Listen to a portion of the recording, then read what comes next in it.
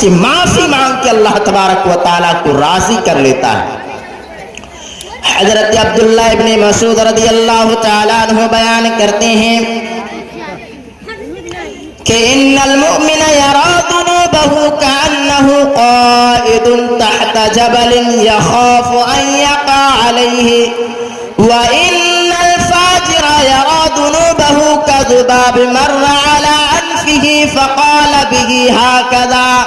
کہ مومن اپنے گناہوں کو یوں محسوس کرتا ہے جیسے کہ وہ کسی پہاڑ کے نیچے بیٹھا ہو اور اسے یہ اندیشہ ہو،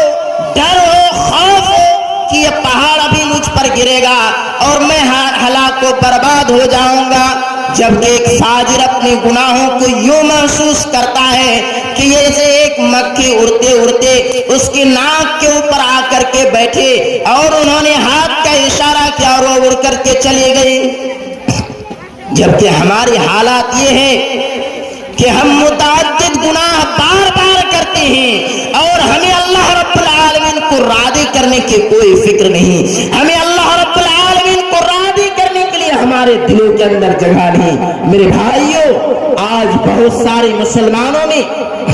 ایسے بہت سے گناہ بھرے پڑے ہیں، شرک وغیرہ کے اڈے مسلمانوں کے اندر کھلے ہوئے ہیں، جو مزاروں اور درباروں پہ جا کر غیر اللہ کے سامنے سجدہ ریز ہوتے ہیں، ان کے نام کی نذر و نیاز کرتے ہیں، انہیں حاجت روا اور مشکل کشا تصور کرتے ہوئے ان سے مانگتے ہیں، ان سے امیدیں وابستہ کرتے ہیں۔ اور اگر ان لوگوں کی موت ایسے ہی حالت میں ہو جائے کہ یہ لوگ جہنم کے اندر جائیں گے۔ ابھی راستے سے آ رہا تھا کہ دیکھا کہ ایک چادر، لمبی سی چادر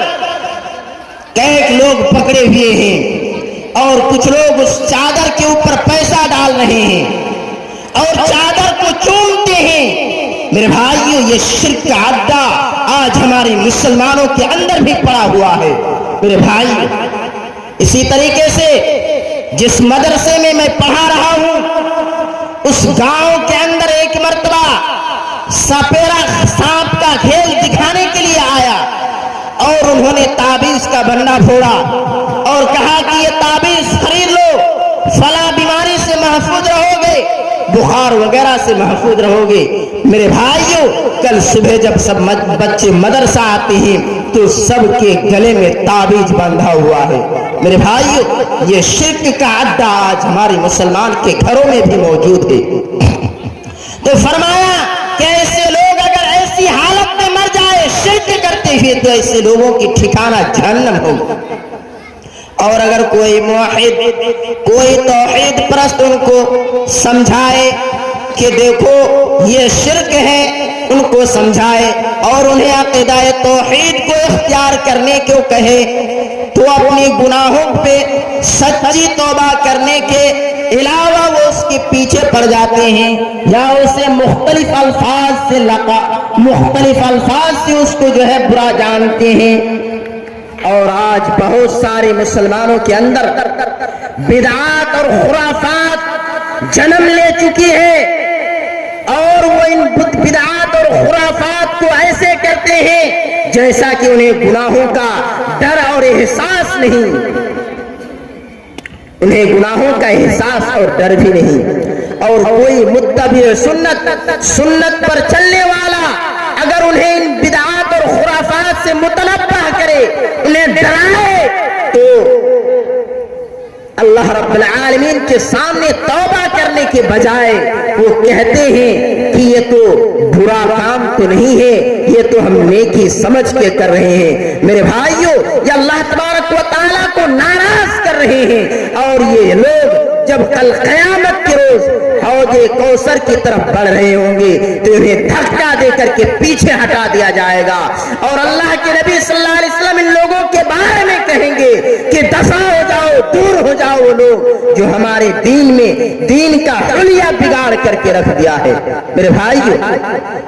شرک اور بدعات کے علاوہ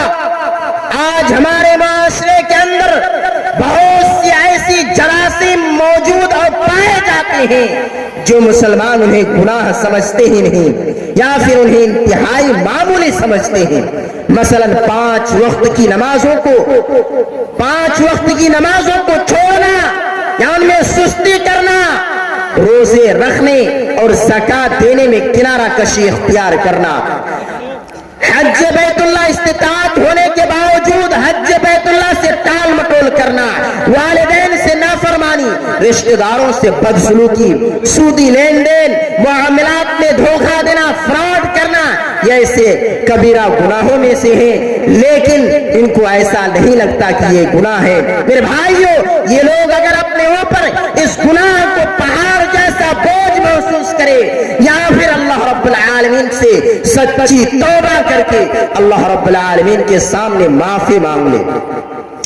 حضرت انس رضی اللہ تعالیٰ عنہ اپنے دور کے لوگوں سے کہا کرتے تھے، انکم لتعملون اعمالا ہی ادق فی اعینکم من الشر ان کننا لنعدها علی عہد النبی صلی اللہ علیہ وسلم من الموبقات، کہ تم ایک ایسے عمل کرتے ہو کہ تمہارے نزدیک وہ عمل باریک سے بھی بال سے بھی باریک یا انتہائی معمولی ہے، لیکن ہم اسے نبی صلی اللہ علیہ وسلم کے دور میں ہلاک کرنے والے گناہوں میں شمار کرتے تھے۔ یہ اس دور کی بات ہے جب صحابہ کرام اور ان کی تربیت یافتہ تابعین اعظام موجود تھے،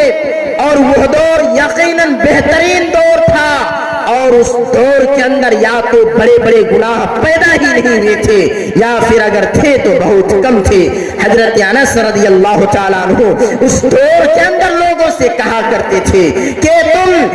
تمہارے نزدیک وہ عمل بال سے بھی باریک ہے، لیکن میں اسے نبی صلی اللہ علیہ وسلم کے زمانے میں ہلاک کرنے والے گناہوں میں سے شمار کرتے تھے۔ میرے بھائیوں، اگر آج حضرت انس رضی اللہ تعالیٰ عنہ زندہ ہوتے اور لوگوں کو بدعات اور خرافات شرک وغیرہ میں مبتلا دیکھتے تو نہ جانے حضرت انس رضی اللہ تعالیٰ عنہ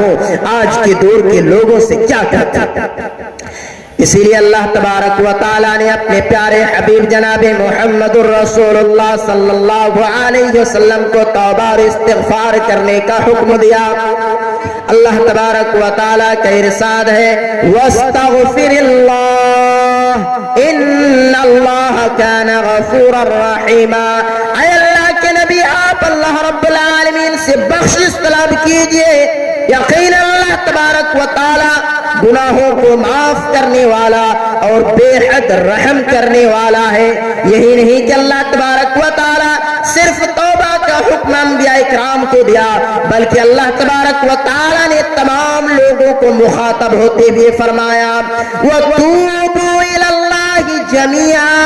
أَيُّهَا الْمُؤْمِنُونَ لَعَلَّكُمْ تُفْلِحُونَ، اور اے مومنو تم سب کے سب اللہ رب العالمین کی جناب میں توبہ کرو تاکہ تم کامیاب ہو جاؤ۔